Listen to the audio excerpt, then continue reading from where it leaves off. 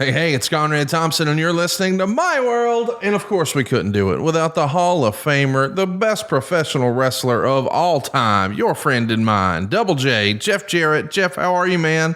Oh, Connie, I always chuckle when you start in with that nonsense, but doing good. Feel, I don't know if it's 39 and holding or 29 and holding, but the dog days of summer are here. Conrad, it was hot. You're still down at the beach, I think. It's still hot in North Alabama too, man. It is a scorcher at that time of year. Even the lake water's hot, but I'm not complaining about that. Birthday weekend, Calgary last week, Little Rock this week. Blood and Guts is coming to Nashville, Music City, Tennessee. Went to Cleveland. Oh man, I'm sure we've got a Cody Angle story or two. But life is good, man. I feel very, very blessed. Had a big old birthday dinner. Conrad I'll just say this. I think Casio might have bought a ticket last night, just for admission, just kind of watch Man versus Food. So all good. How are you doing? I'm great, man. You had the whole family there. I love seeing those pictures online. It's cool when you can get the whole fam back together. And I'm sure that means there were lots of leftovers and there were no boxes that were needed because the garbage disposal was right in the center of the photo right there. He's still in good working condition after 57 years. He's still not out of warranty. Knock on wood. He's been wrestling since, he started wrestling in black and white and he's yet to have a surgery. So please stop with that. I'm just saying that's really impressive, man, that you're able to keep going at such a high level at your advanced age. I loved the interview that we saw last week. It was a great backstage moment. It wasn't even really an interview. The cameras were present when you just shared your heart and shared your feelings with Martha and with Oj. And man, it had to be pretty emotional to be there. I mean, we saw it, but is there any behind the scenes you can share with us about your experience in Calgary last week?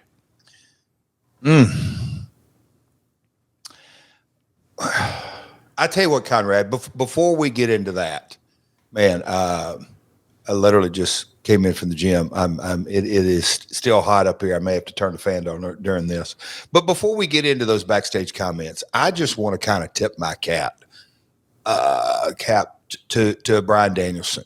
That the finals of that match that I got to witness, obviously at ringside, be a part of that picture, for you audio listeners only. Right now, we are currently showing a picture on our YouTube feed, myworldpod.com, YouTube, Martha in the ring, who had just announced Bryan Danielson the winner.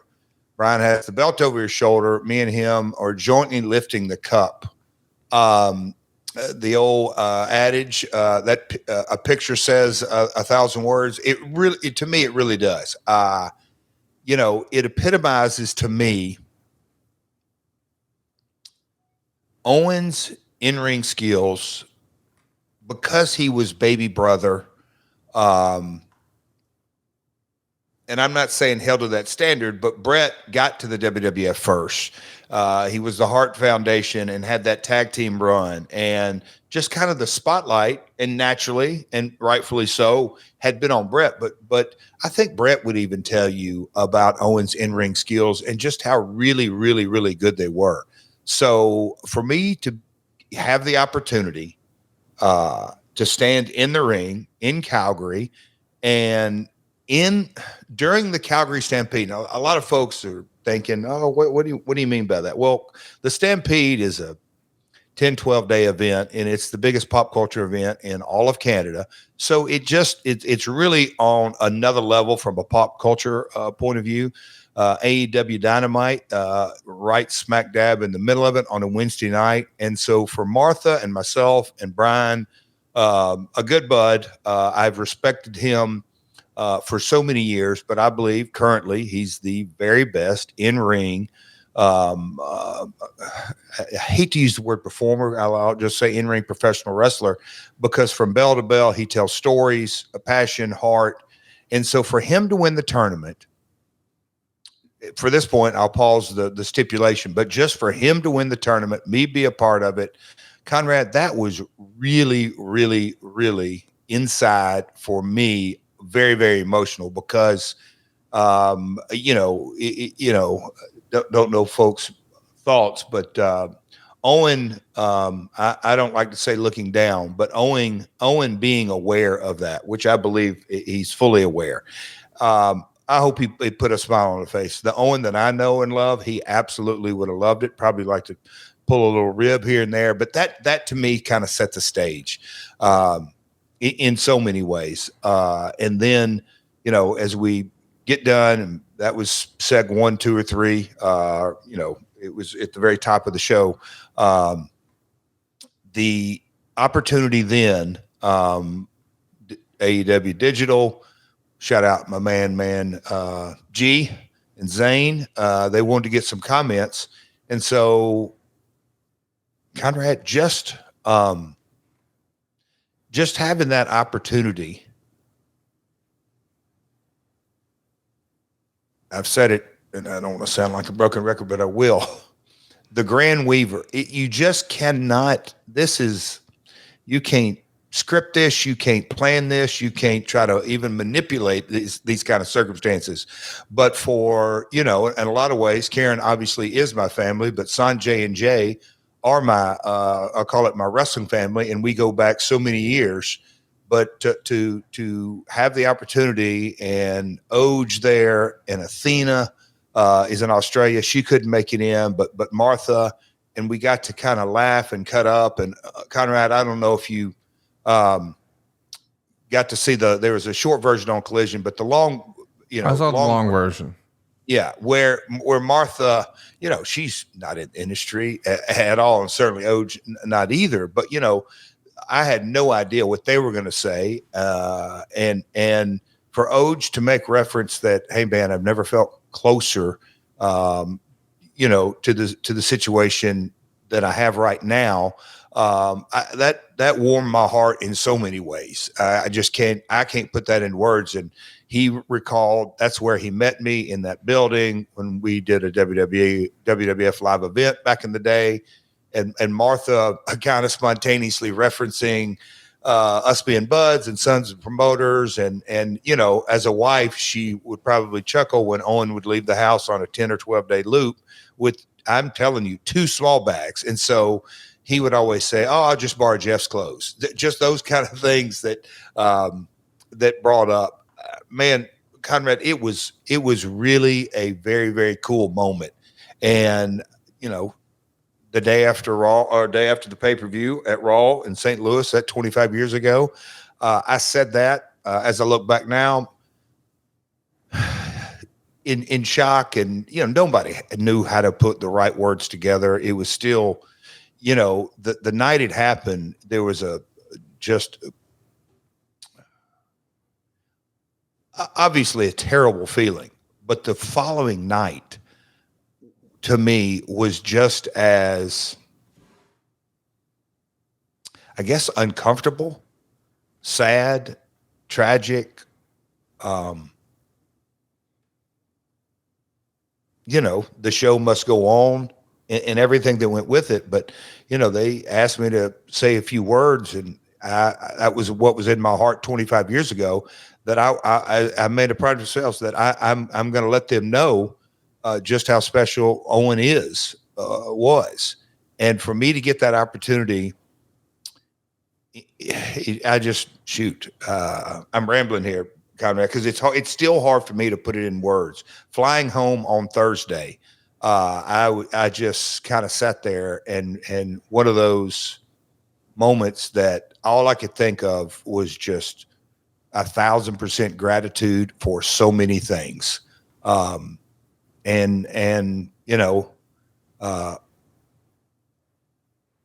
last time, 7 years ago in October of 2017, that I kind of, I left Calgary at the lowest point of my life.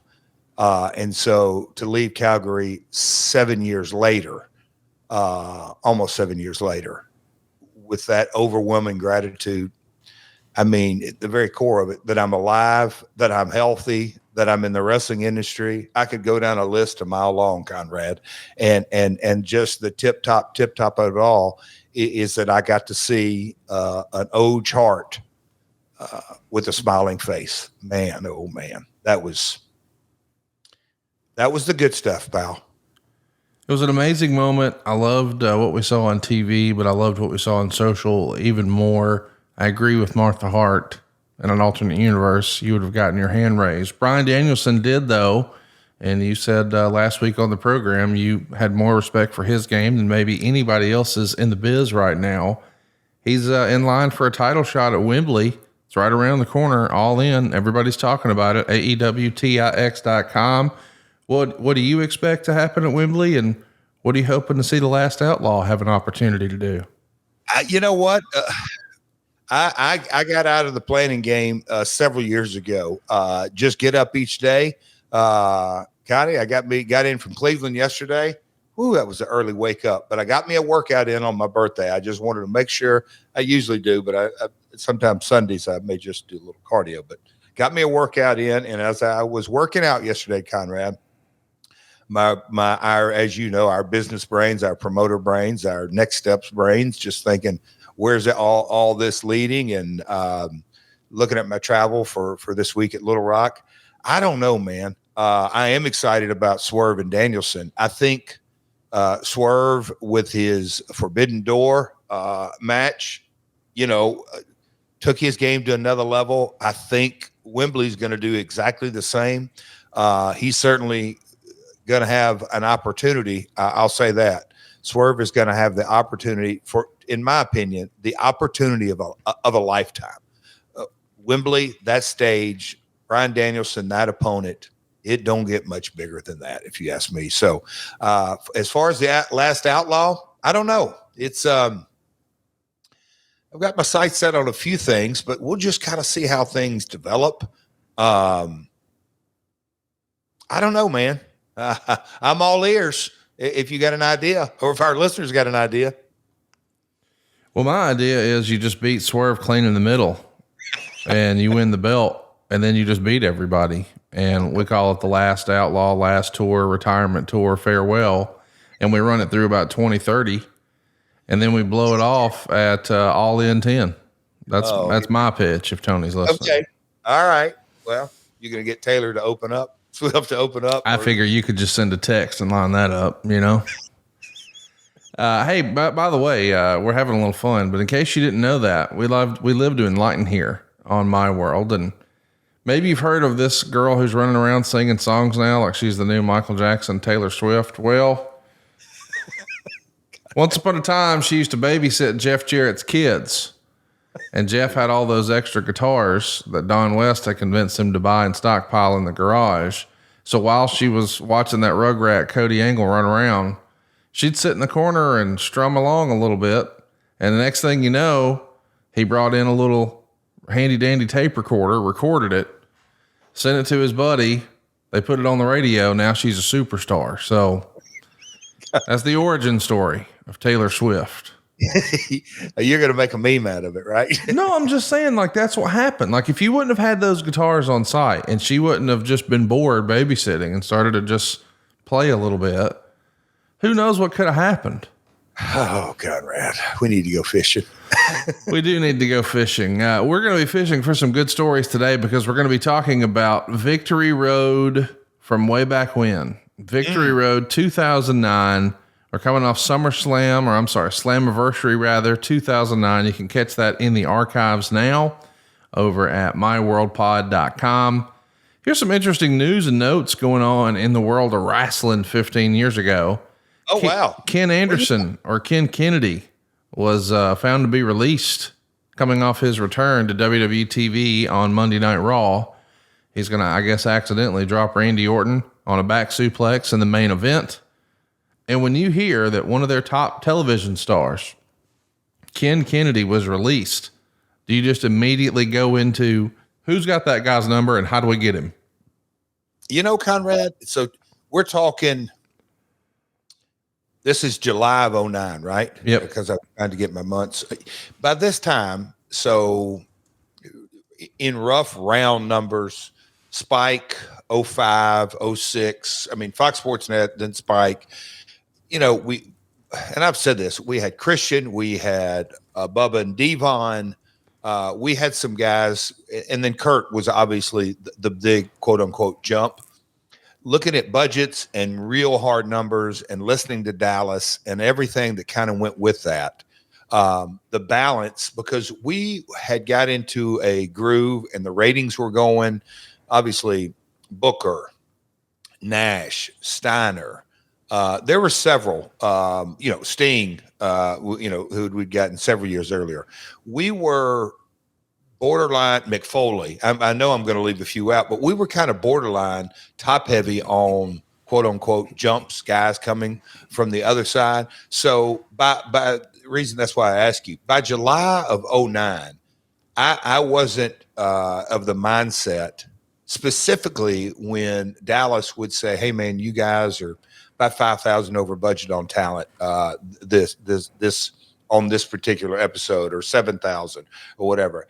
I knew that by getting anybody would just kind of further create problems on the budget line items. And would they really move the needle? And then who are we going to let go? And because we had gotten really, as I said in my office right now, Conrad, look at my whiteboards. It brought back the memory of downstairs when we had the whiteboards, and our man, Rudy Charles, at each creative session every other week, he would get those out. We'd have 4 or 5 easels, but one of them would be the talent roster that we would keep up there, and heels on one side, babyface on another, kind of the people in between, and floaters and people that we were going to take a look at and all that. I say all that to say it wasn't anything against Ken Anderson or any one particular talent. I just knew, buddy, we probably aren't going to have room for him. So we really need to really think through all this.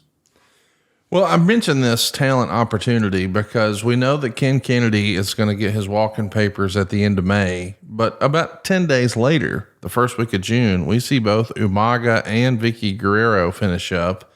Umaga had a wellness violation, so he's shown the door the first few days of June. Vicky wants to go home and spend more time with her family.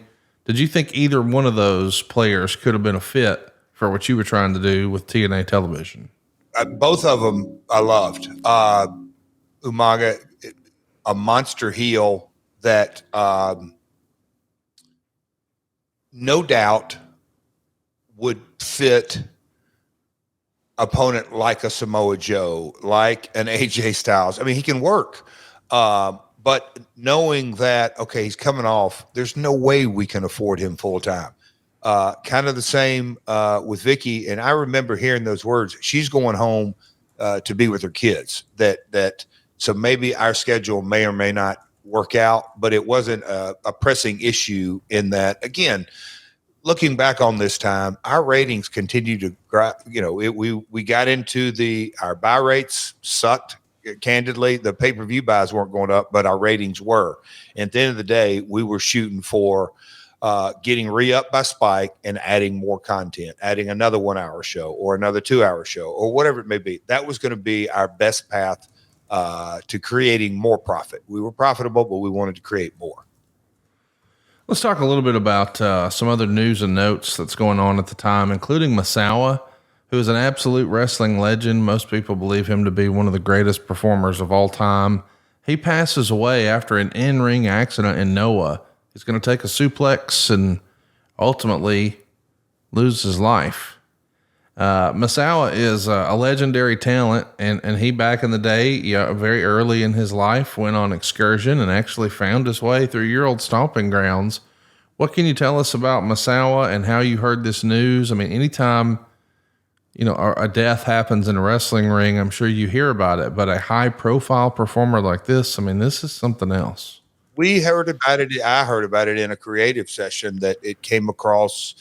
Somebody found out about it. And, we all kind of went into the discussion on there's got to be more to this story. He took a suplex and, and again, that grind in the Japanese,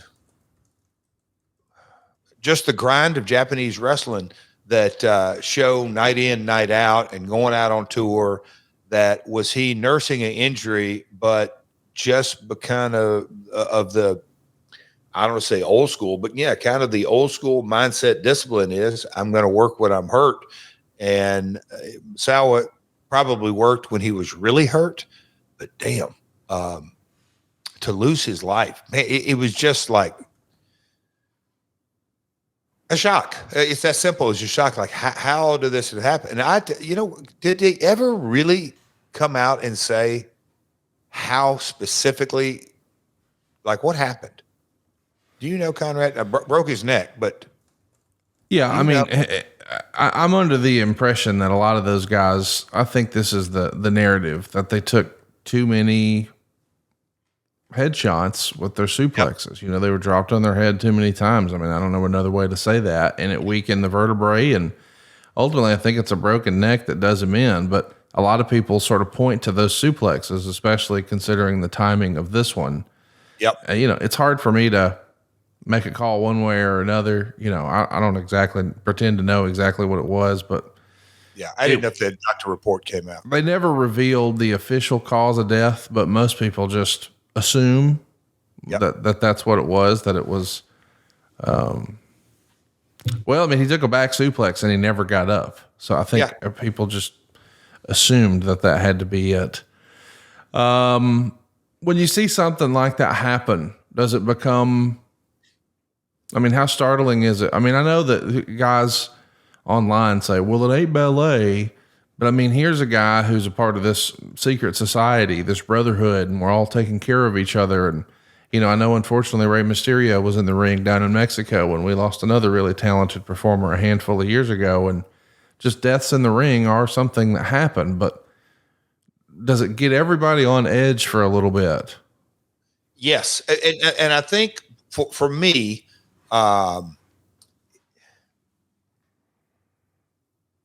don't work hurt. We can figure it's, and that was something that, at celebrating my birthday over the weekend and knowing that, 10 days, 2 weeks removed from a match against Hangman and a couple of matches here and there. And this weekend, Satnam, my man, up in AEW Wrestling, Conrad, he's coming along, man. I'm a big fan of him. But anyway, in the 8-man tag, but I guess where I was going with it is I was taught by my dad, Lawler, others, and it was in that territory era that, it is, how in the world are you going to get a paycheck if you're hurt? And you can work around anything because there's always next week in our mindset in the territory days. Well, and nowadays there's a boatload of talent. You have replacements. Back in the day, on a 12-man card, one man down, okay, somebody's going to pull double duty. Those days are gone. You can always find and continue the story going and navigate through everything.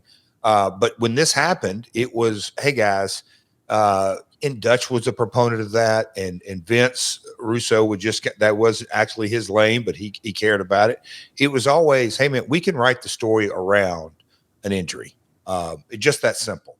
And in Japan, and I'm not leaning into those guys because it happened everywhere around the world, they would work hurt, and preventive maintenance, however you want to say it. If you're hurt, let us know, and we don't need to go down that road, because working hurt really just opens the door to exponentially get hurt much worse. Let's talk a little bit about, where we are with the news of the storyline, the main event Mafia, and the way this story continues to evolve. That's really what's carrying you in 2009. Would you agree with that? It was. It was put together in October of 2008. And when January rolled around and the pieces of the puzzle were really put in place, and me and Mick, I played the role of an extension of my personality as the founder, and Mick was the legend who the whole world knew that he was a huge proponent of young guys and youth, and giving guys opportunities and breaks. And so we were in the middle of it. And we've talked about this multiple times on the pod, that this story was really very, very much reality based. And the Main Event Mafia were all former world champions. Was Sting the leader who had a lot of integrity, or was the ruthless boss Kurt Angle who just ruled with an iron fist? And then you had Scotty Steiner, and you had Booker, and then you had Kevin Nash. They all played their roles great, but the people bought in, and we brought them along on that story, and our ratings continued to go up. We had shows that were doing over 2 million viewers, segments that were really clicking. Things were hitting on all cylinders, and we were getting a point as the storyline was going that the wheels internally with the Main Event Mafia between Kurt and Sting were coming to a head. And like all great angles, this, and we're going to get to this in the next few weeks or whenever you dictate, Conrad, or whenever the schedule does. But, we never got the Main Event Mafia payoff, but the genesis of the internal combustion between Sting and Kurt was really heating up. And the people, they were dying to see, I think, Sting and Kurt, because those were the two kind of quasi leaders of it. But it definitely carried us entirely up to this point of 2009, and successfully. Let's talk a little bit about where we are. We've got Steiner and Booker T being put together as a tag team for Main Event Mafia. So you're combining two of the greatest brother tag teams in the history of WCW. I guess just half of the best two tag teams in WCW. But they were the Steiner brothers, and of course, Stevie Ray was Booker T's brother in Harlem Heat. So we have brothers from another mother as a big tag team here. We've also got Taylor Wilde defeating Daphne. And this is a match that happens on TV with 10,000 thumbtacks. And there's been some discussion recently with everything that's happening in AEW about, ladies and violence. I mean, here you guys were doing this 15 years ago with thumbtacks. Was there any hesitation from a network standpoint to do something like this? No. And again, our relationship with Spike, gosh, Conrad, and this is sometimes some of the fun stuff that, they took us on a flyer and put us on late nights, not even prime on a Saturday night. But I'm glad they did as I look back on it, because that's where the trust began to build. That relationship from day one. Hey, this is what we're going to do, and this is how we're going to deliver, and we delivered, and we built it along. By 2009, women and violence, and they had seen the Gail Kim and Awesome Kong and the Knockouts division, and Karen being, the figurehead knockout. What was her, the VP of knockouts, whatever it was, just all the drama and the ratings that they were getting. And, the Abyss hardcore storylines that we would do quite a bit. So it was a natural, and they were fully supporting it and knew that it would rate. You'd get good ratings. Sting is going to be essentially kicked out of the Main Event Mafia. They're all going to beat him down. Nash is going to power bomb him. I mean, that probably made the most sense. Like, Sting, we want to be a babyface. The Main Event Mafia were supposed to be heels. Was it overbooked to get there, or was this always the plan, do you think? So the balance between, I'll say, and I don't want to pit those because it sounds like, but there would be a Vince Russo layer upon layer of storylines, and then there would be maybe a Dutch Mantel mindset of how can we kind of dumb this down? And look, Borash was in the room from time to, Borash was always in the room. Bill Banks, Mike Tenay, just depending on what era, but everybody kind of voiced their opinion on how we're going to arrive there. And at times, hell yeah, it was when I read some of the notes, when we go back and do the research, some of the notes I go, good God, what were we thinking? It was too much. But that's kind of when you get caught up in things. And then at other times it was to the weekly watcher, these layers meant something. And I think, that's where we get into the modern discussion, story, not story. It's a tough balance that you have to tell stories, and they better be simple for the casual viewer to bite into. And so who's your audience?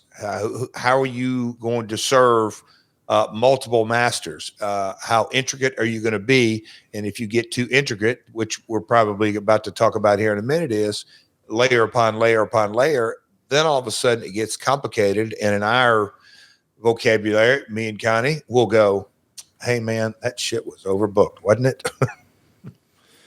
Let's talk a little bit about, where we are with your storyline. We're going to talk about this a lot next week, but this is going to be your second to last match in TNA in 2009. You'll team up with AJ Styles to take on Kurt Angle and Samoa Joe in a TNA title match. That's right. A tag team match for the world title. The idea here is Angle makes you pass out from the ankle lock for the victory, so he retains the title, and the show ends with Sting making the save and disappearing with the TNA title belt. As I said, we're going to talk about some of the backstage goings on next week, but did you know at this point that this was going to be, your second to last match of the year, or is that all just a curveball coming your way? Buddy, a curveball that I had zero clue. It's much easier to look back on this time frame now and look at and I've admitted it. I don't say we were playing, but I had no idea the pieces of the puzzle that would be put together. And I'll say behind my back, but they were behind my back. I was in my personal life trying to rebuild it. I didn't know people were going to be pulling against me on that. In my professional life, I think TNA had never been as successful as it had been from about January of 2009 till up to we're talking right now, July of 2009. And so for me, you were asking the question, did I know this was going to be my second to last match? Conrad, the furthest thing from that. So the ratings are strong. You're going to do a 1.23 on June 18th. That gets a 1.6 million viewership number. That's a 0.82 in males 18 to 34 and a 0.92 in males 35 to 49. Spike is supposed to be a guy's channel. They got to be happy with you. And so does Kurt Angle, because here's a note from the Observer in this era. They flew in Jeff Jarrett's doctor for the pay-per-view, who does non-traditional therapy and fixes everyone up. And Kurt Angle said he had never felt better getting out of bed Monday morning. Who was this magic man? You've met him on the show, pal. Q3health.com, but Dr. Adair. Tim, I went and saw him last week.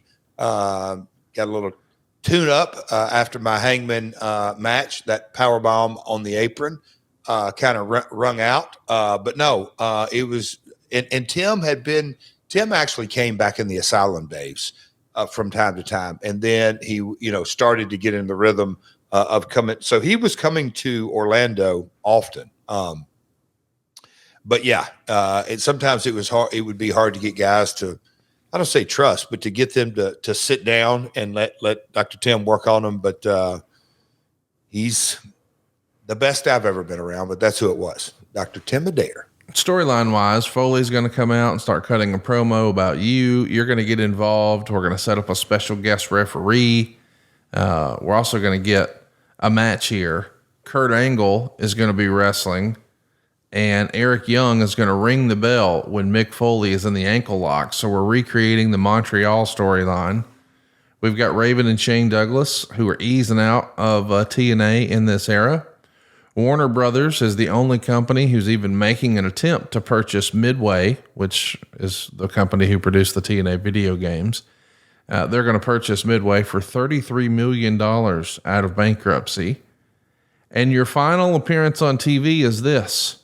It's a main event story where we've got Angle versus Sting in a cage match. You're on commentary. Samoa Joe is going to attack you and then beat up Rudy Charles and get the keys to the cage.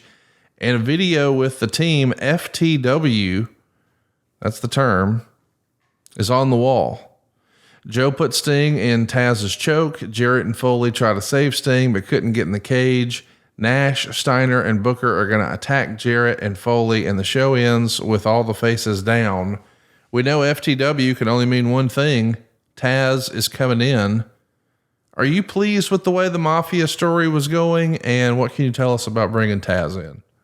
And I was elated with the way the Mafia story. I cannot rack my brain. I probably need to ask a few folks, but the setup for the FTW and how we were going to transition Joe and just that entire story, I can't really remember. And I wish maybe we'll look into a deep dive in the notes. But the answer to your question about the Mafia is, like I said, it was the people bought into the foundation of the story. Mafia, the veterans against the front line, AJ and the Beer Money and a lot of the, we'll call them TNA originals. All that had layered in and people had bought in, and we were getting to a point in the transition on the Mafia. We were going to, Sting, as I said, Sting and Kurt, and were we going to put somebody else in there? How were we going to, was it going to go down to 4? Were we going to replace Sting?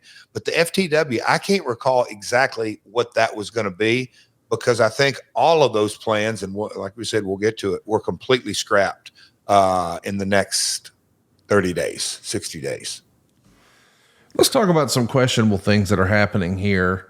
It's reported that Miss Jackie is no longer with WW or TNA rather, but more importantly, Rudy Charles, friend of the show, real name Dan Engler, it's reported in the Observer here, was fired in a cost-cutting move. The move shocked a lot of people, both because he was popular with management and had been with the company from the start, but also because he did so many different jobs. The feeling is they'll just hire a local referee to replace him, and that others in the office will pick up the jobs he was doing, but they'll all have to be trained at it. Besides being a referee and involved in the timing of the shows, he also sat in on creative meetings. The feeling was they could save on trans by using a referee who lived in Florida. This feels like one step forward and 2 steps back, knowing what he did behind the scenes. I can't imagine you were in favor of this. How the hell does this happen?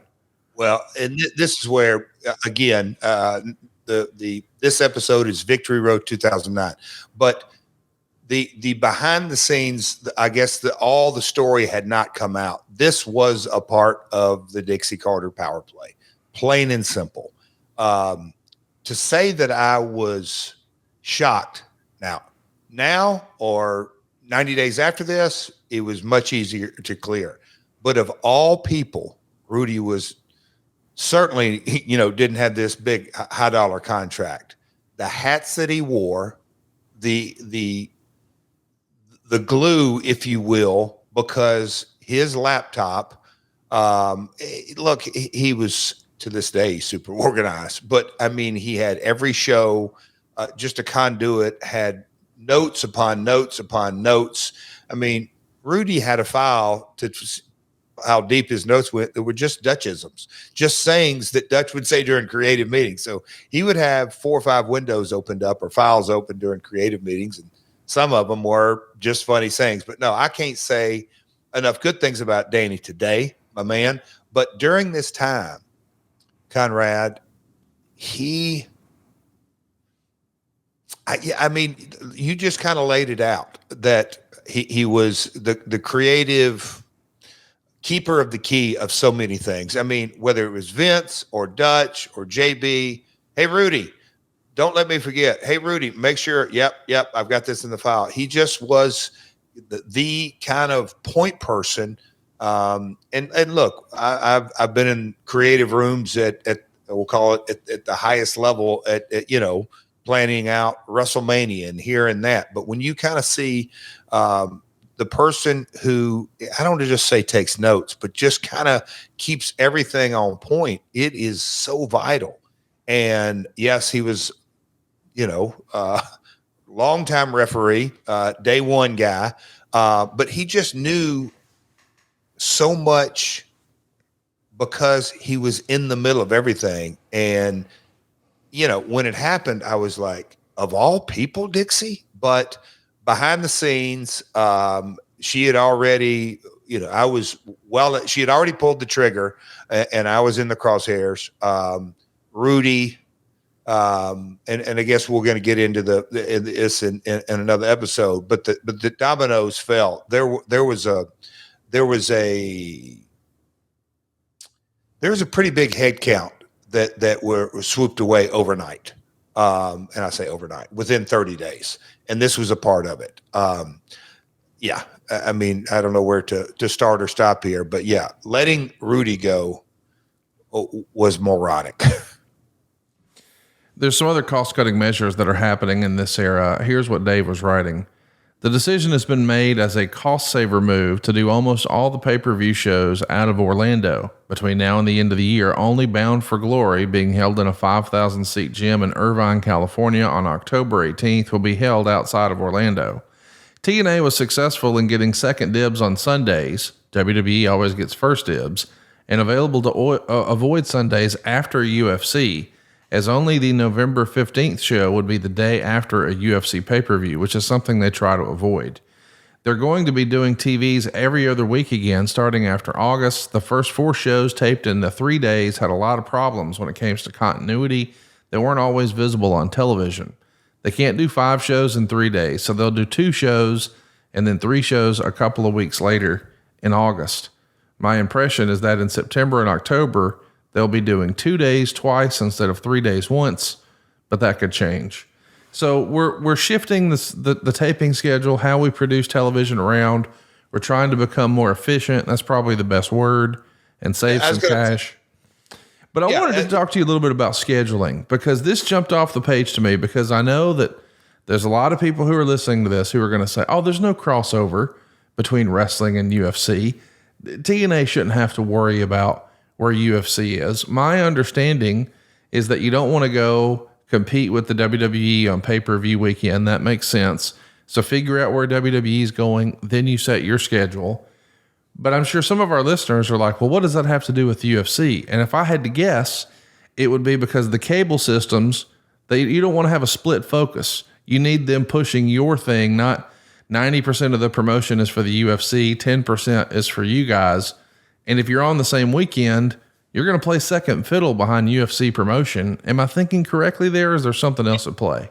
No, that's bingo. And rightly so. That was kind of the juggling act that the direct, whether it's DirecTV, Dish Network, anybody who distributed pay-per-views, the best option was to be the only combat sports professional wrestling event on that weekend. You certainly couldn't compete with WWE.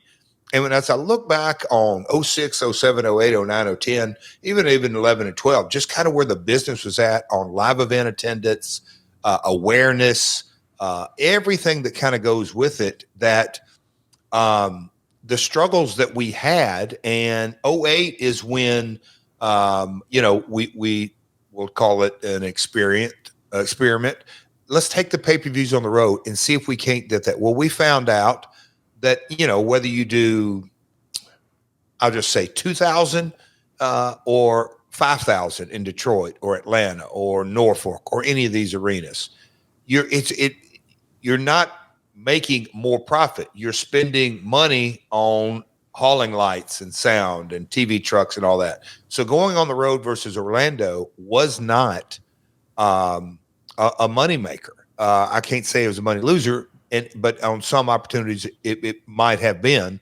But the big picture was we got into Orlando, and this is where, very grateful for Panda, but, they wanted more profit. They wanted more return on their investment. They were super aggressive, like any private equity or financer, or, they wanted the ROI. If they're going to plant their money over where this at, they better be able to make more money from TNA than they can putting it in the stock market. It's just that simple. And when you hear about,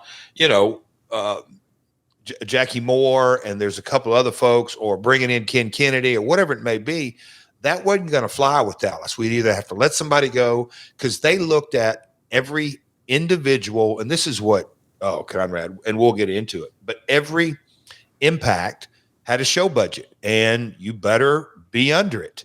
And I just, where we were at in 09, and okay, so now we got to make the schedule. We're going to have to really figure out pay-per-view weekends or on this weekend. So hopefully no UFC, and certainly not a WWE event. Okay, so that's where we're going to place it. We're doing it in Orlando. We got to keep the budget tight, everything. Where we were at in 09, and to where we went in 010, 011, 012, it is so crystal clear to see the financial death spiral, because we were making profit and the Carters wanted more profit, and we were doing everything we could.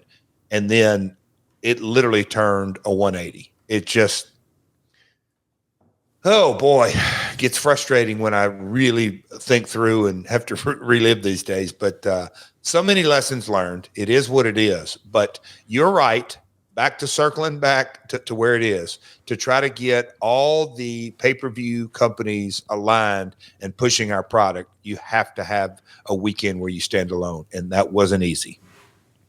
Let's talk a little bit about Mick Foley. He's going to do an interview with the Orlando Sentinel, and he's going to talk about how he's not really sure if he's ready for Kurt Angle. You know, he talks about how he's had a security blanket with some of the more hardcore gimmicks, whether it was thumbtacks or barbed wire or a cameraman, but now he's going to be wrestling the greatest wrestler of all time, one of the best in-ring performers ever. And he's doing interviews with the Orlando paper saying he's not sure he can do this.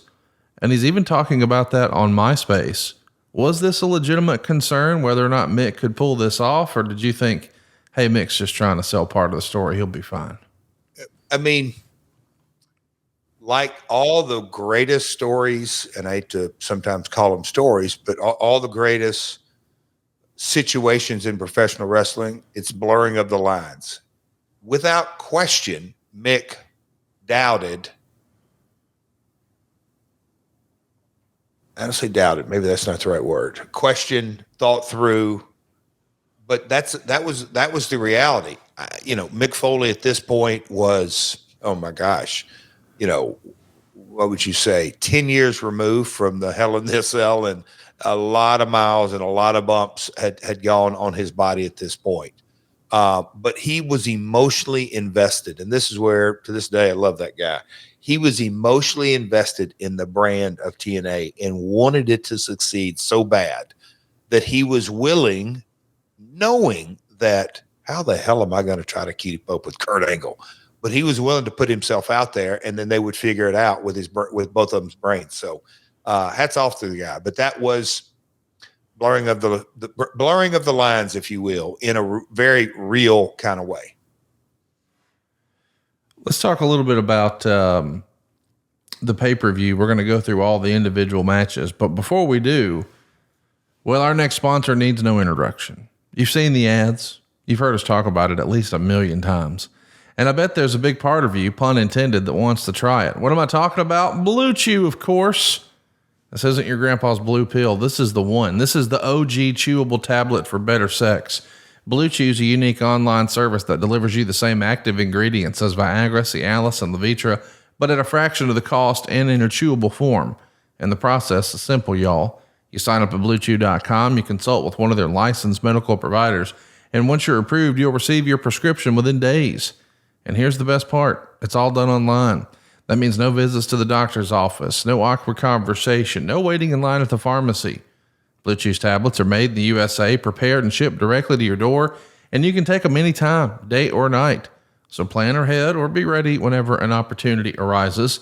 BlueChew wants to help you have better sex. Discover your options at BlueChew.com. And how about this? BlueChew wants the entire country rock hard, they told me. That's the mission. They will not stop until every man is bricked up like a brick house, until every tent is pitched, until every rod is raised. Discover your options at BlueChew.com. And we've got a special deal for our listeners.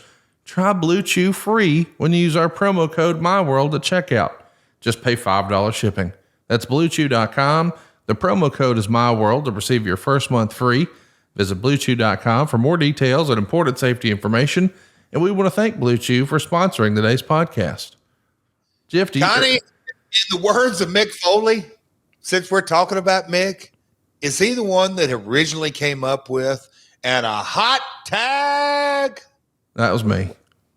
Jesus. But he liked it. I mean, he laughed. He was a big fan of that. But you laughed at bricked up. I mean, is that something you use in regular speak? Do you ever say, Queen, come over here. Let's get something straight between us. I mean, do you say bricked up in your regular speak, or do you stand on business? I stand on business, no cap. Yeah, there we go. I love me some Jeff Jarrett. Dave Silva. Yeah, I know you're there. Yes. And no curb stomps, no waffle stomps, none of that. Okay. This is literally a one-word answer. Mm-hmm. Have you ever used a vernacular? Hey, sweetie, I'm bricked up. I hear his dog in the background. He's alerting for bricked up. Okay, There's a lot of bricklaying on this end of the state. No cap. The first person I've heard say bricked up is Cassio Kid. No cap. All right, let's get back to standing on business. We're all about standing on business here. Yeah. Victory Road, we're here. We're going to talk about the pay-per-view. Oh, boy. Meltzer would say Victory Road, which may have been the worst pay-per-view the company has ever done, only had some minor changes from the original scripting with Jarrett not there. Yeah. The plan had already been in place to build the show around the main event Mafia winning all the major titles. When the Mafia angle started months ago, the idea was for them to win everything at first and then build for the TNA front line to make a recovery. The original thought is they had to make the strong heels first and then make the babyface. Of course, the concept was copied from the NWO angle, offshoots of which Dutch Mantell booked successfully years ago in Puerto Rico. However, the front line became so synonymous with losers that the idea was dropped. This show was an attempt to go back to square one, but give the babyface side the benefit of having Sting as the top gun to go with Foley and Jarrett. The pep talk segment during the show with Foley talking with Beer Money and AJ Styles was scheduled to be Jarrett in the role.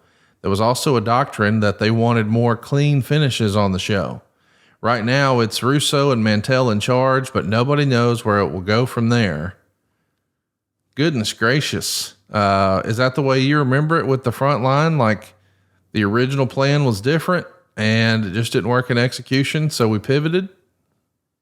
So, again, I hate to keep referencing it this way, but folks, my world, stick with us. We're doing a lot of teasers for when we do drop the podcast. But I can remember, I'll call it Dixie started moving her chess pieces with her power play. Rudy gone. There was a couple of others, Savio. There were others that were publicly, but behind the scenes, we were already talking to Hogan. And so the Hogan deal wasn't done, but the power play, and I think at the time, Kurt fed into that, rolled down that, the Bubba the Love Sponge call, and all that silly nonsense, and the crossfires. There was some collateral damage, if you will, but the pay-per-view that, and this is something that, to my knowledge, Steiner had a conversation with Dixie face to face. She didn't like none of that, but others in that, okay, so you're going to pull your power play and set Jeff home, or let me say this, have Dallas send Jeff home, which is okay. You have all the ability and the rights to do that. Bob Carter's the owner. He's going to do exactly what he wants to do, and he was following his daughter's lead. But with that being said, who is going to be the leader? Who is going to come to town and be the boss? And she wasn't willing to do that. She thought about it and tried to say, hey, Vince, Dutch, you guys are the boss. Y'all just keep things going as you will.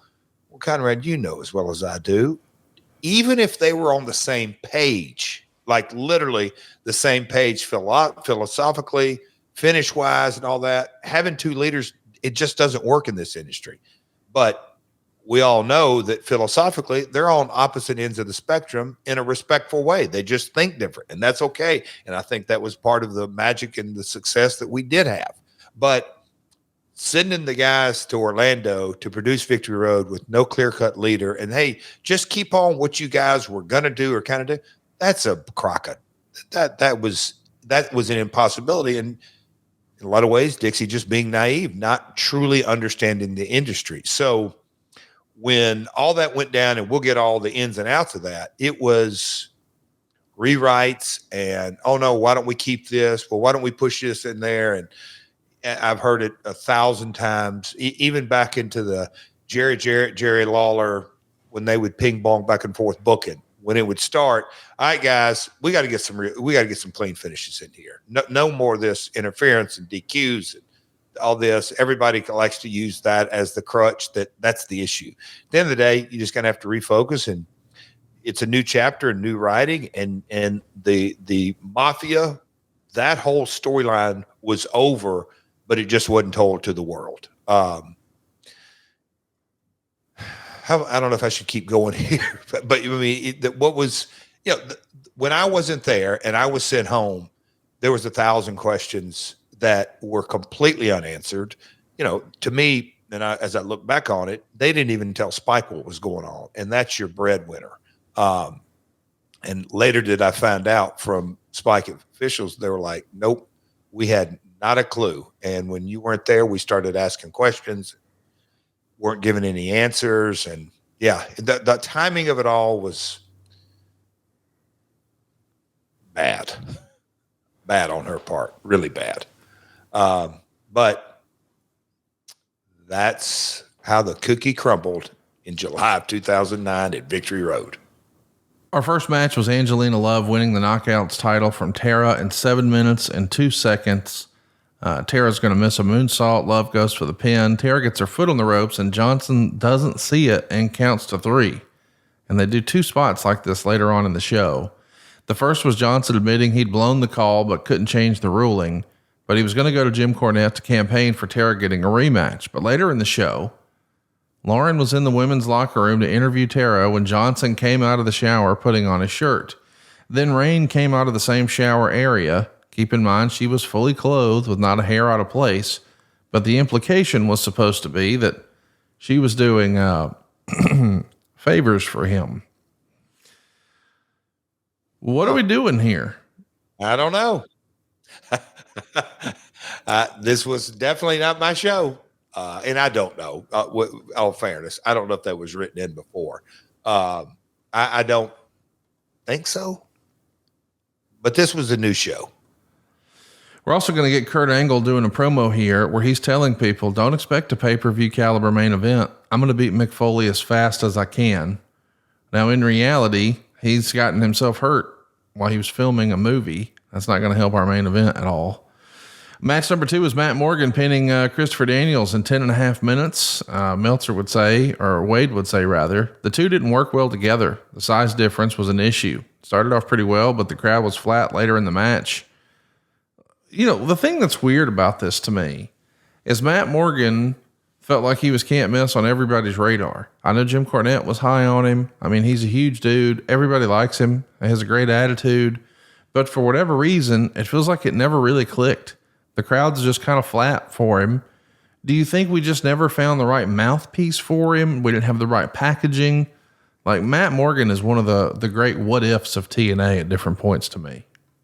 So yes. And there's, we've talked about timing is everything. You look at, we talked about Frankie Kazarian has every tool in the toolbox, but when you looked at our roster, during this era, you had AJ, and I'm going to forget a few others, but there was just a stacked roster. So having the ability to shine the right spotlight, Matt Morgan, when you have a 6'10" guy, you better have the ability to focus on him. I'll say that with Satnam right now. You've got to figure out, and different eras of the industry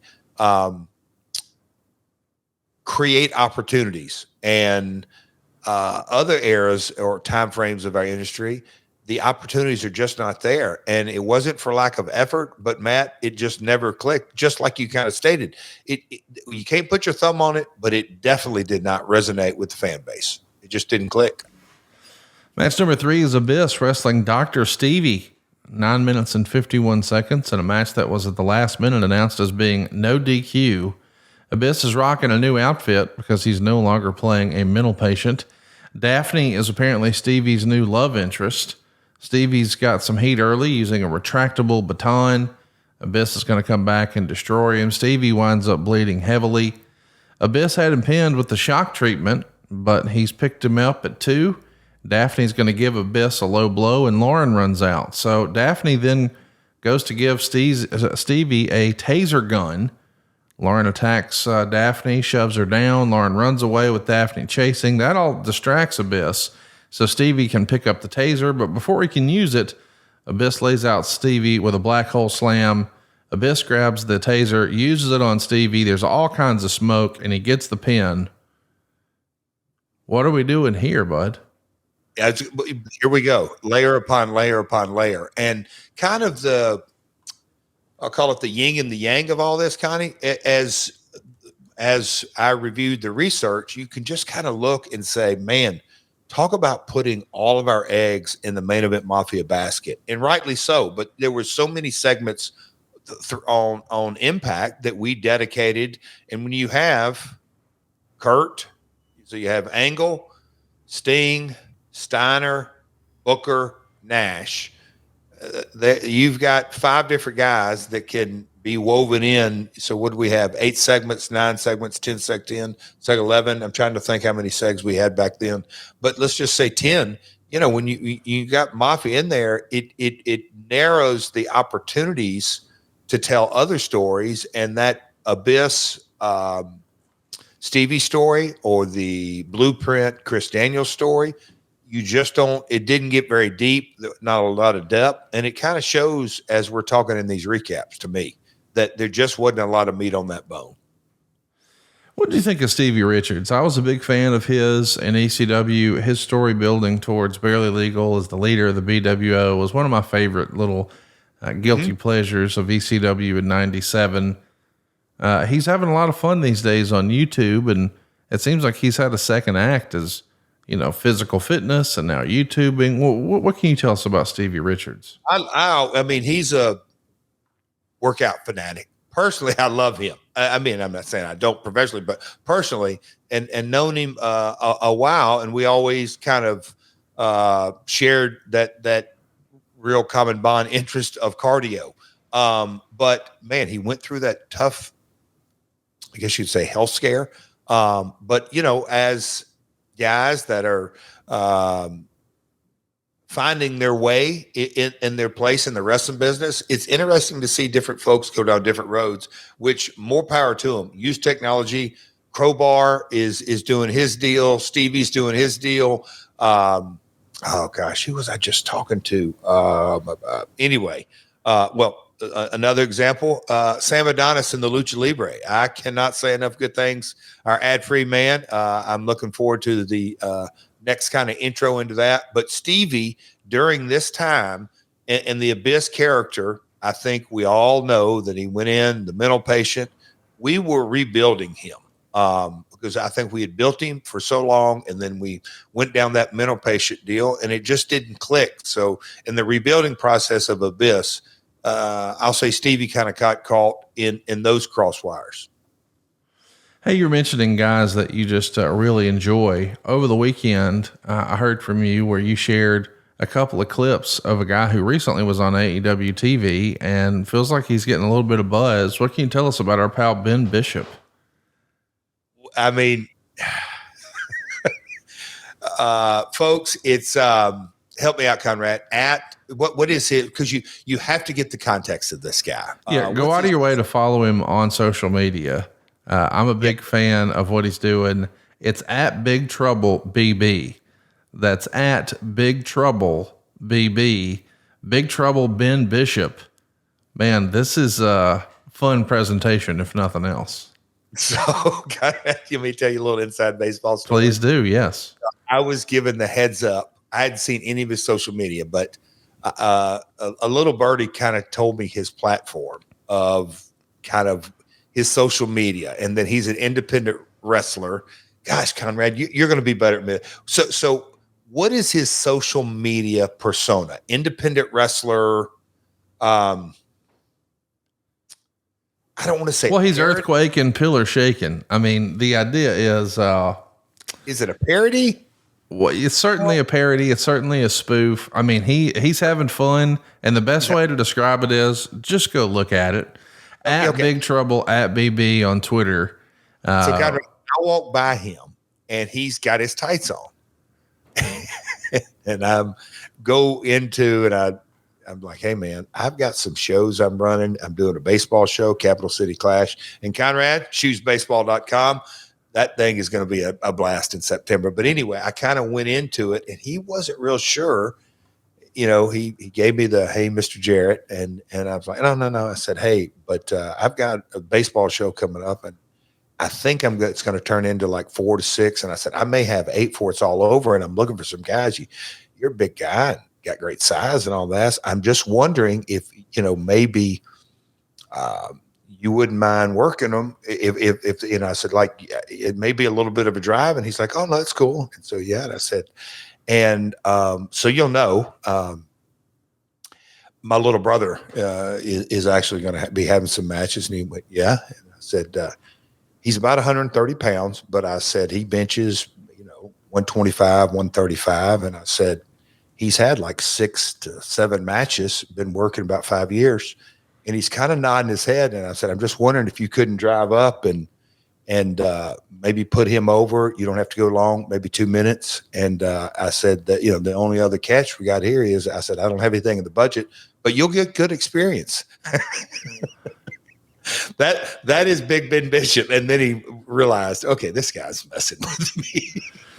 Check it out. You're going to love it. He's a lot of fun. One of my new favorite Twitter follows. And if you want to follow a guy who's going to make you laugh, going to make you smile, bring a little fun to your wrestling fandom, it's at Big Trouble BB on Twitter. That's at Big Trouble BB on Twitter. Let's talk about the next match here. We've got Team 3D retaining the IWGP tag straps over Doug Williams and Brutus Magnus, who we know these days is running SmackDown as Nick Aldis.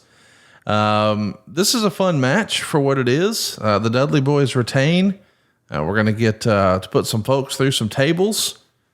And Nick Aldis is looking good here as Brutus Magnus. Did you still think there was juice in the Dudley Boys, or were you ready for a change? We know that Aces and Eights is right around the corner. Buddy, and look, this is another thing. When I look at, just modern day, coming off Forbidden Door, New Japan Pro Wrestling, when we had, and this is where, Conrad, we've often chuckled, and then other times gone into deep dives about the old TNA LOL type deal.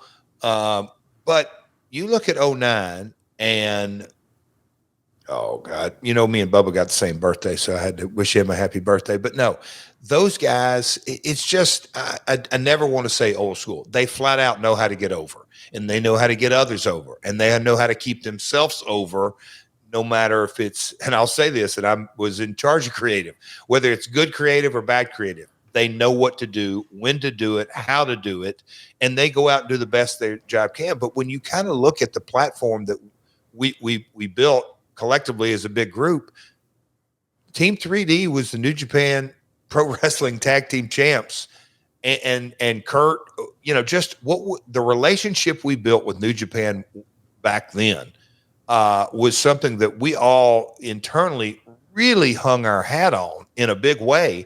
And so your question was, did I think they had juice? Not juice, a boatload of juice. And so did New Japan and all that.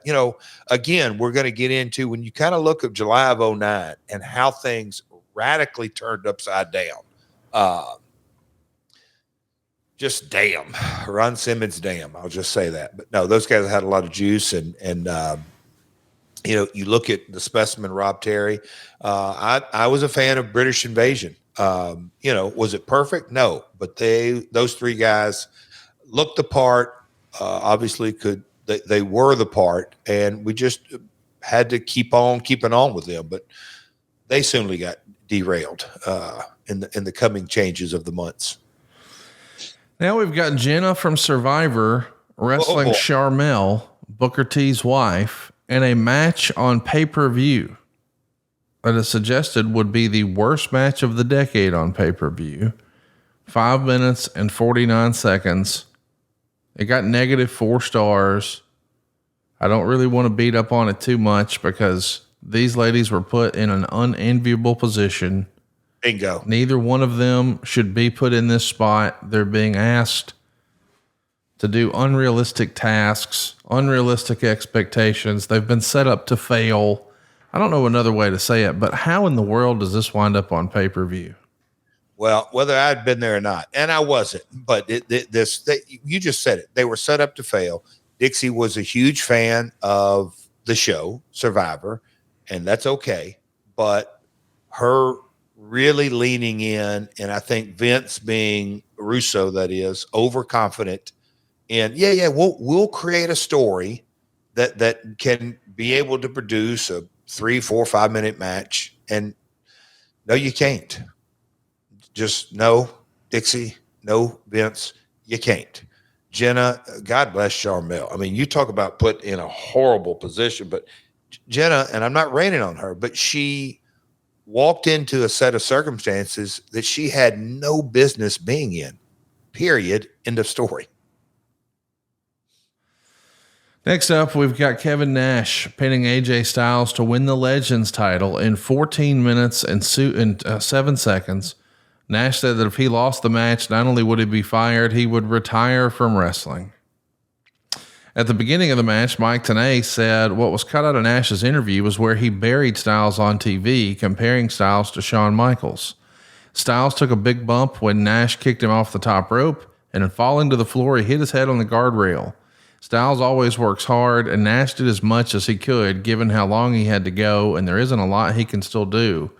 Styles got a near fall with the Pele kick, and the finish saw Styles do a springboard move over the referee, but Nash moved out of the way. Styles landed on his feet, but Nash chokeslammed him for the pin. This came with little build and was a flat finish. That said, it was the best thing on the show so far. 1.5 stars. Listen, I think we all like the David and Goliath story. That's clearly what they're looking for here. Did you feel like Kevin Nash, as an in-ring performer, was on the downhill slope here in 2009? What'd you think of this presentation? He would definitely tell you that. Downhill slide. I think Kevin would tell you that. But again, going back to who are our masters, and the story were our masters, because stories are what create the episodic nature of professional wrestling that eventually turns into ratings. And knowing Nash and AJ aren't going to put on a 5-star match, but the big picture that we were trying to tell here was Sting and Kurt, or Sting out of the main event Mafia, but the Mafia is stronger than ever. So we wanted all the Mafia guys to go over. And that meant Scott and Booker and Kev and Kurt all had to win. And AJ's one of those talents that, I mean, just freaking great. He go look. And I didn't go back and watch this, but I remember a couple of different Kevin Nash, AJ Styles hookups. It was, again, it's not going to be a 5-star banger, but it was a damn good storytelling match. And Kevin can tell a story. There's no doubt about that in his matches. May not be something that everybody likes, but he tells the story. Next up, we've got Scott Steiner and Booker T teaming up to beat Beer Money to win the TNA tag titles. This is a pretty big time match here because, Beer Money is one of, if not the most overact in the promotion. Maybe the is a stretch, but certainly a homegrown tag team. Fans are really behind. Now you've got like this super tag team for the main event Mafia via WCW. 12 minutes and 29 seconds. What do you think of this presentation? So, again, the main event Mafia had different mix-ups and matchups and all former world heavyweight champions. But, Booker's athleticism, yes, it worked for Victory Road. But I'm going to go back to Beer Money. There was a time when, if Jeff Hardy, the multiple times he was in and out, he would be the number one seller. The TNA branded shirts would be always 1-2. But AJ always consistently was, at the end of the day, the number one merch mover overall. Beer Money, when they clicked and got rolling, they blew everybody out of the water for a period of time. They were the number one merch seller. I'd say they got the best reaction. They really clicked as a homegrown, one of those, nobody had this master plan. Hey, let's put this cowboy and this rich dude together, and one's from Canada and one's from Tennessee and blah, blah, blah. No, those two guys came up with it. They kind of came up with the name. They kind of molded things. They came up with their natural in-ring personalities that played off each other and beer money. And it just clicked. It clicked with the TNA faithful. And then the merch just kind of took off because it was easy to sell that kind of stuff. It clicked. Let's talk a little bit about why this tag team didn't hit more. I mean, Booker T and Scott Steiner on paper seems like a fantastic tag team. The crowd's kind of dead for it though. Why didn't this click bigger as a tag team, do you think? So theory, I wasn't there, obviously, but I believe the energy, and so I'm told, the energy wasn't there all night. Conrad, I mean, we can talk in circles and it's all opinions and what was this and what was that. But at the end of the day, I think there was a tremendous amount of uncertainty backstage. I'd never missed a pay-per-view. Right. Even through my wife's illness and passing, Dad had a health scare, travel, my ups and downs and everything in between. I had never missed a TV or pay-per-view to date. I say that that's just my feelings. I just think there was a tremendous amount of uncertainty, and I don't think, and I'm not saying the effort wasn't there. I just think the uncertainty across the board, and I think it always shines through. It just does. That's the nature of the beast. And I can remember the life lessons my old man would sit me down, especially out in Texas. He was, you listen to a Skandar Akbar and a Bronco Lubitsch and Eric Embry, and I can remember being in a room upstairs at the Sportatorium and hearing just kind of, I guess you could just say kind of the conversation going on. And look, Kevin and Kerry had sold out that building so many times, and the business had been red hot at times. But there just kind of came a time when, okay, there wasn't a lot of hope and this and that. And then the deal was struck, and there was some kind of structure put in place. And then the crowds in Dallas, there's a bright spot here and a bright spot there. But at the end of the day, it's all fueled by hope of a better day, hope of this thing's going to get back on track, hope that we're going to make more money, hope. But the kind of, I guess you could say that the other side of hope is, I don't say fear, but just kind of the uncertainty, and no answers were given, period. And when you hear that Rudy's gone, and I think Brian James was a casualty, I think, I'm sure Dutch backstage, when he's going through his conversations, somebody would ask him, Dutch, you think you're safe? He had like, hell no. I think it sent just the different messages that were going out. Silence is an answer. And I think that it's kind of permeates through this entire pay-per-view. What a pay-per-view it is too on paper. I mean, Kevin Nash and AJ Styles, that feels like it's main event worthy. Scott Steiner and Booker T and Spear Money, that could have been a main event. And so could the next match. It's Samoa Joe and Sting. They're going to go 11 minutes and 36 seconds. Sting's going to be controlling it most of the way, or Joe's going to be beating on Sting most of the way, rather, until all of a sudden Sting comes back with a Stinger Splash and the Scorpion Deathlock. And they're teasing the idea that Joe might actually tap, and then Taz comes out. It's written here in the Torch, everyone expected this huge babyface pop for Taz, like nearly every star gets in TNA, but he got no reaction. It wasn't exactly clear if Sting let go of the hold for no reason, or if Joe powered out of the hold. Sting delivers some moves that Joe would sell, but then pop up from. The idea that he was given inspiration by his mentor being there What kind of psychology is this? Sting climbed to the top. Joe shook the ropes, so Sting crotches himself, and the finish was supposed to be Joe doing the muscle buster off the ropes. So Joe went to do it, but Sting wouldn't go up, and they both collapsed. Then Joe went for a regular muscle buster, and again, Sting wouldn't go up, and they both fell down. Then Joe just put the choke on and held Sting to tap, which he did. The finish killed what could have been at least a slightly better than average match, star and a half.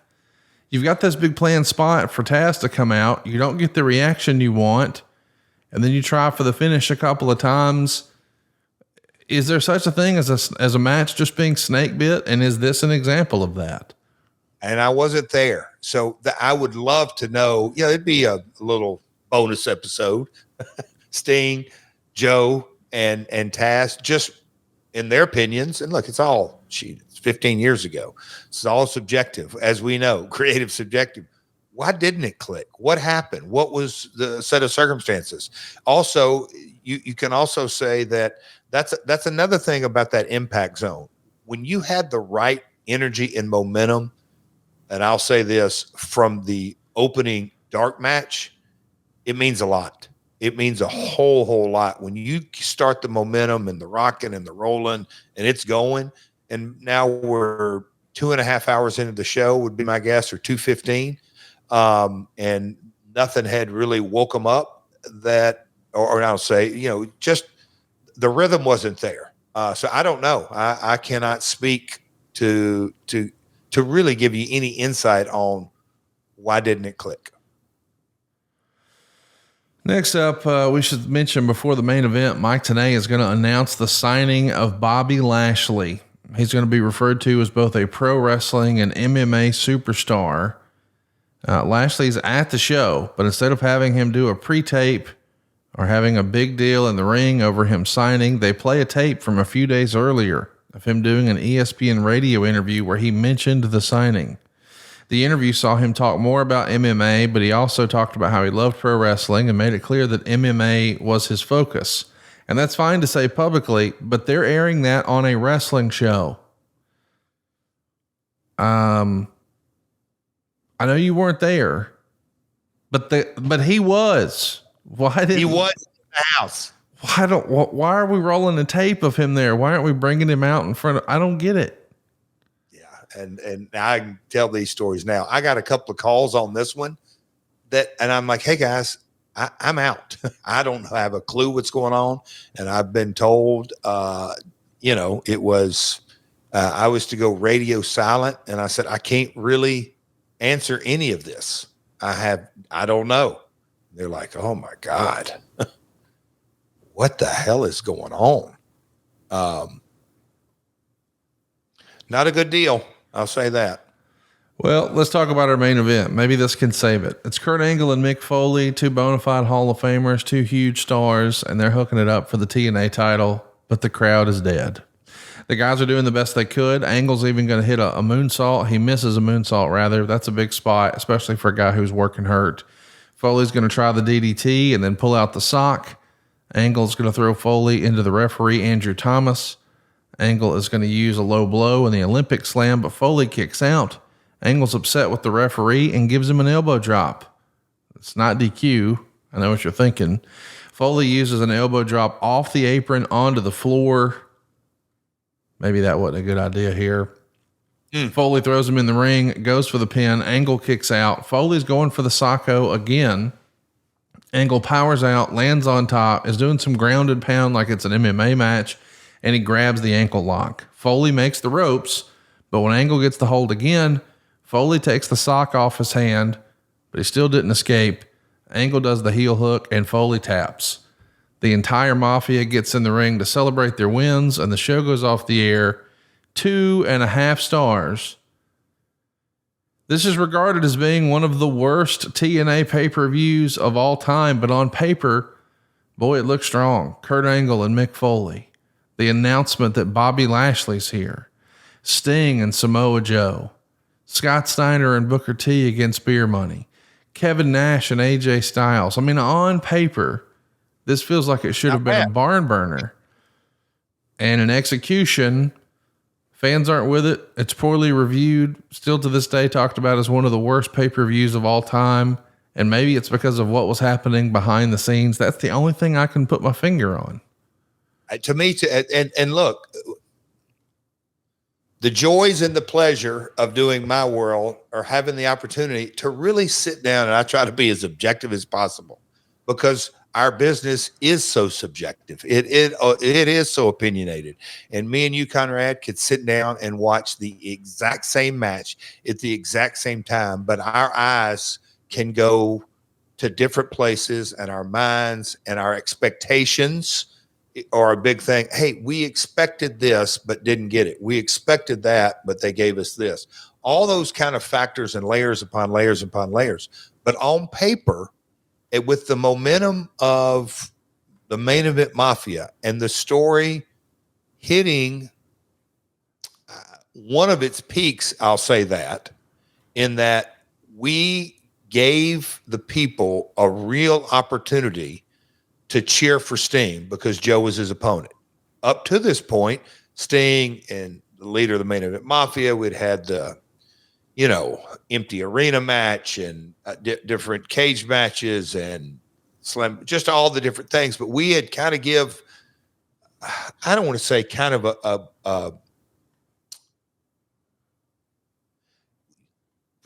from top to bottom, I thought we put on paper, I mean, the Team 3D, heels and baby faces, easy to understand. Beer money, okay, huge baby faces against Scott. Yeah, there wasn't any one thing that you could put oh no, I can't believe you're putting Kevin Nash against AJ Styles. Well, wait a minute, are you telling me that Kevin and yeah, okay, you're right. Like everything on paper looked like it was going to at least be decent to pretty good. And as you said, and I know it's a very small sample, but for this episode, the Observer listeners, they didn't just dislike it; they hated it. Yeah. Was it the Jenna Marasco? That certainly didn't help. But my God, you've had stinkers on plenty of pay-per-views that got pretty good reviews. They didn't like it from top to bottom. So you tell me. I'm going to tell you next week because we're going to be talking about it all. The Called Above the Love Sponge, how it all went down, Dixie Carter, and so much more. Head on over to myworldpod.com, hit up our community page, and post your questions there because next week is the episode that a lot of people have been waiting for. The controversy backstage with Jeff Jarrett in TNA in 2009. Go right now to myworldpod.com. It's totally free. It's our YouTube channel. And you can hit that subscribe button, turn on the notifications bell so you know the next time we're live. That's myworldpod.com. The show is also on all forms of social media. It's at myworldpod on Twitter, Facebook, and Instagram. You can also keep in touch with Jeff Jarrett at Real Jeff Jarrett on Twitter, Facebook, and IG. I'm looking forward to next week's show, man. This week's show felt like we can't tell the whole story without telling the story behind the story. And I suppose that's what we're doing next week. There you go. Layer upon layer. Yeah, it'll be interesting. It's, and again, look, at this stage, everything happens for a reason, good and bad. In those days, it was funny. You reading that, Conrad, and I know you do multiple podcasts and it's not like this hits you out of the blue, but just reading about Rudy Charles getting fired. It's crazy. Didn't that just feel like, what? It's a bonehead move. Like, that guy, he and Jeremy Borash were like two peas in a pod. They wore so many hats. They do it all. Yes. And sometimes you can just look at a line item, and that's what you're doing. If you're looking at a P&L, you're looking at expenses, you're looking at your credits and your debits, and you think, oh, we can save a little bit here. But you don't understand sometimes, well, when you move that line item, it's really the base of a Jenga, and boy, here come those wooden bricks. And it felt like it happened on this pay-per-view, and we're going to talk about how it happened behind the scenes next week, because that's somebody asleep at the wheel to let go of Rudy Charles. My goodness. Yeah, I mean, that's it read. And look, there'll be in next week's episode, there'll be a couple other names that people will go, oh. Now, 15 years later, you go, I got it. I mean, there's a quote in the research about what Hogan said about TNA. And if you listen to it back then, you go, oh, that's interesting. Hearing it now, you go, oh, they more or less had their deal put together. And that's the truth. Because he said something to the effect in the notes, brother, TNA's just missing that one ingredient. Oh, okay. Let me guess what that ingredient is. Well, it's funny you say that because we've seen Hogan do interviews like that a lot. I mean, even recently, we've seen him do interviews like that. Here's what he was talking about way back when. I watch both products. TNA is like the little engine that could. Everybody thought they wouldn't be around for long, and they've been chugging along for 7 years. They gain momentum every week. They seem to be real fresh. When a lot of guys go over to that side of the fence, they seem to get that spring in their step. He also put over WWE and Vince. TNA is lacking that one momentum shifting move, that one big name that could even the playing field. The brand could be just as powerful as the WWE brand, but TNA is just lacking the big piece of the puzzle. It wouldn't matter who did what in the past. It would be a totally even playing field. You never know. I mean, could he say any more? Said differently, hey guys, if I join TNA, we're going to catch WWE. And you can't help but wonder, is that what he was telling Dixie? And was she buying what he was selling? And who was his best friend in 2009? Well, that'd probably be Eric Bischoff. Bubba the Love Sponge. Yeah. Yeah. Think how dumb I was to not put those pieces of the puzzle. Didn't take me long, but there's so much clearer now that you go, oh, okay. Okay. Well, we need somebody there. We'll be talking about it. The good, the bad, and the ugly. Buckle up, Buttercup. You don't want to miss next week right here on My World. Peace. SaveWithConrad.com. My name is Doug Gustafson, and we are from Columbus, Ohio. First learned of Conrad through his podcast network. I'm a big 83 Weeks fan. Probably got into a little bit more credit card debt than what we wanted to during the course of the pandemic. We wanted to get rid of some of that. My wife and I had luckily bought the house many years ago and had quite a bit of equity built up in it. We are looking to actually redo our bathroom, things around the house that we wanted to do with the other equity that we have left over. We've been talking about refinancing forever, and I finally just took the plunge and called the number, got a hold of him, and from start to finish, it was just fantastic. I had Diane within the day. The communication with her was fantastic. The process moved quicker than I could have ever hoped. My name's Doug Gustafson from Columbus, Ohio. I ended up saving $800 a month with Save with Conrad, and am able to also update our bathroom. NMLS number 32416, equal housing lender, SaveWithConrad.com.